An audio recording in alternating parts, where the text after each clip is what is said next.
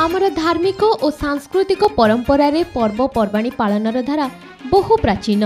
लीला पुरुषोत्तम भगवान श्रीकृष्ण लीला माधुर्य को नहीं पालित होई आसुथुवा महोत्सव गुड़िक मध्य दोल जात्रा और होली एक श्रेष्ठ गणपर्व।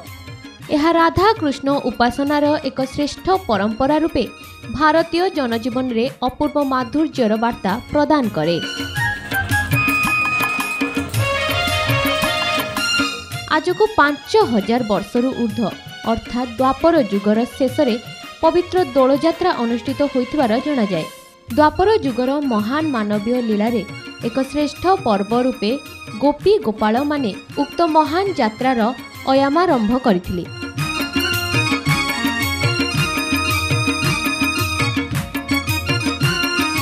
सहती और सद्भाव रे महान गणपर्व दोल जात्रा फाल्गुन मासरे अनुष्ठित होइथाए। फाल्गुन पूर्णिमा बा फगु पूर्णिमा रे राधा कृष्ण जुगल मूर्ति को दोल विमान रे बसाई ग्राम्य परिक्रमा पूर्वक एही महोत्सव पालित होइथाए। भारतीय परंपरा रे दोल पूर्णमी को दुई भाग रे विभक्त करा जायथाए, यथा राज दोल और पंचु दोल। फाल्गुन शुक्ल दशमी ठारू अनुष्ठित होई पूर्णिमा दिन समाप्त पर्व को बा दोल को राज दोल कहुवा बेले पूर्णिमा ठारू आरंभ होई कृष्ण पंचमी पर्यंत पालित दोल को पंचु दोल कहुए। उत्कलीय पर्वपर्वाणी रे पंचु दोल, 6 दोल, 9 दोल भली 21 दिन व्यापी दोलोत्सव अति आनंद उल्लास रे पालित हेउतिबा दृष्टि को आसे। एही दोल उत्सव को दुई भाग में विभक्त करा जायछि, यथा राज दोल एवं पंचुदोल। पंचुदोल फगुण मास दशमी ठारू आरंभ होई चैत्र मास कृष्ण पंचमी पर्यंत पालन करा जाए।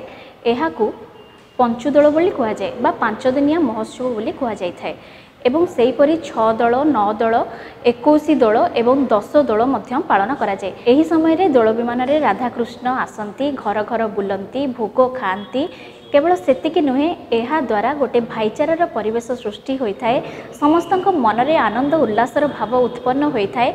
समस्ते मजारे समस्तक सांगरे फगुरे होली खेली थांती। प्रति ग्राम रे थिबा दोल बेदी रे श्री राधा कृष्णक विग्रह विजे करी दोली खेली थांती।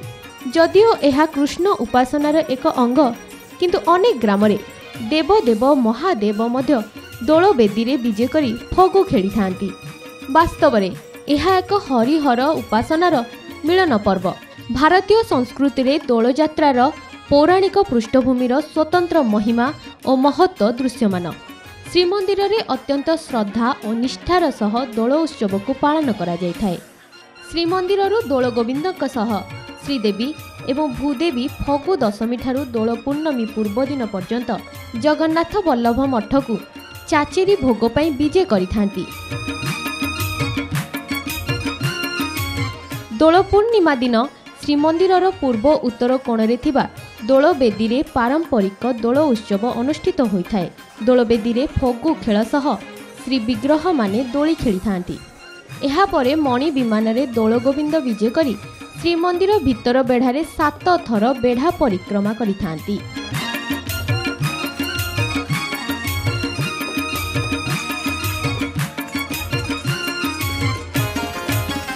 श्री जगन्नाथଙ୍କ द्वादश यात्रा मध्य दोल यात्रा अन्यतम। श्रीमंदिर रे पालित चतुरास यथा ग्रीष्मर चंदन बा चाप, वर्षा रे झुलण, कार्तिक रे शरद रास एवं बसंत रे बासंतिक रास मध्य दोल पर्व अंतर्भुक्त। दोल पर्वर आराध्य भगवान श्रीकृष्ण हेउचंती जगन्नाथଙ୍କ अन्य एक रूप।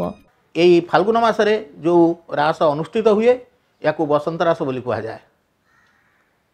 वर्षा दिने जो रास अनुष्ठित हुए ताकू प्राबुट रास बा झुलन बोली कहा जाए।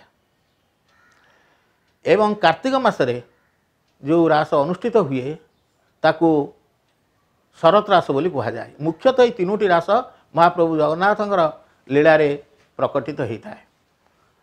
फाल्गुन मासरे जो रासटी अनुष्ठित होउची ताकू ए दोल उत्सव रे ताकू बसंत रास बोली कहा जाए।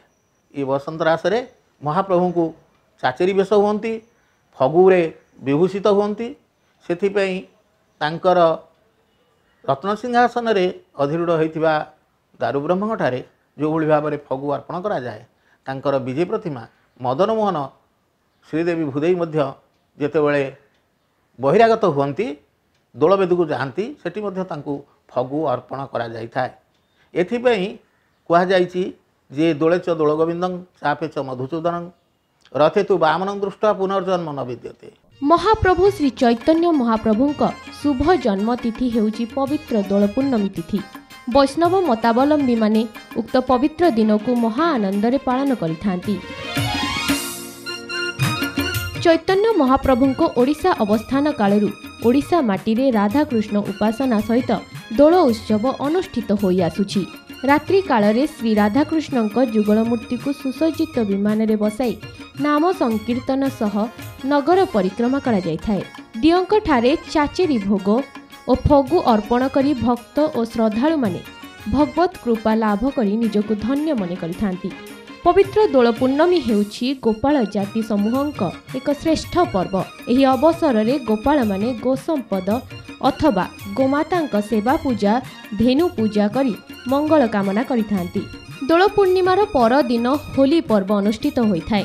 उक्त दिन परस्पर फगु बा अबीर देई आत्मीयता प्रदर्शन करिथांती।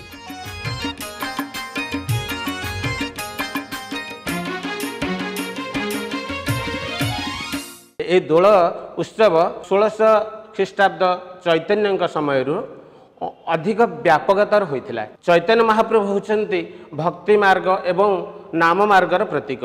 तांको समय रे प्रति ग्राम रे प्रति साही साही रे और पुरपल्ली रे चैतन्यंकर नाम संकीर्तन द्वारा कृष्णंकर उपासना करा जायथिला।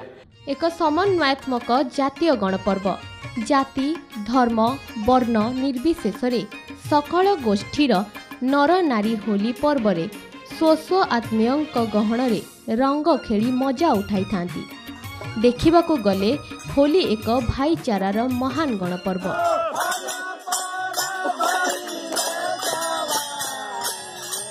वैज्ञानिक विचार रे यह एक गुरुत्वपूर्ण विज्ञान सम्मत पर्व। कारण नाना रंग सह फगु बा अबीर रे बहु औषधीय गुण भरी रही जहाँकि शरीरर चर्म रोग को सहजरे दूर करिथाए। ये हूँ एक आनंदर पर्व, एक मिलनर पर्व।